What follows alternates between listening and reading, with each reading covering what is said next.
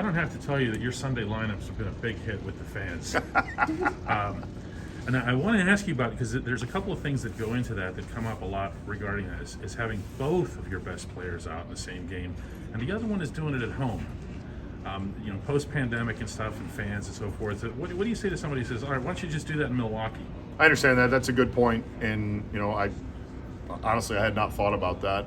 In that regard, I was thinking more about player health in that regard. But I understand that, and I understand people come to the ballpark, and it's probably something I'm going to think about moving forward now, because you learn and you think about those things. And now we're in post-pandemic times, and there are fans there. And I understand that they pay good money to come see their favorite players.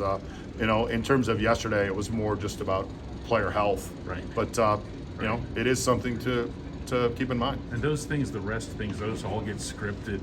I know as a group effort, right? It's not like you just walk in one day and say, hey, we're going to sit these guys. Right. I mean, it's a group conversation. Ultimately, it's my decision. When we have it scripted out days in advance, so we can give the players a heads up of like, hey, you're not going to play today. This is what we're thinking.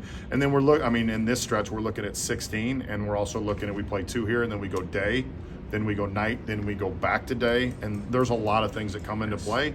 And then the other thing is I think we dodged a bullet with Newman a little bit with the soft tissue, with, the fact that we sat him for a day because of his groin. And I'm probably a little more hypersensitive coming off of short spring training of soft tissue injuries, and maybe you're going to be a little more conservative throughout April.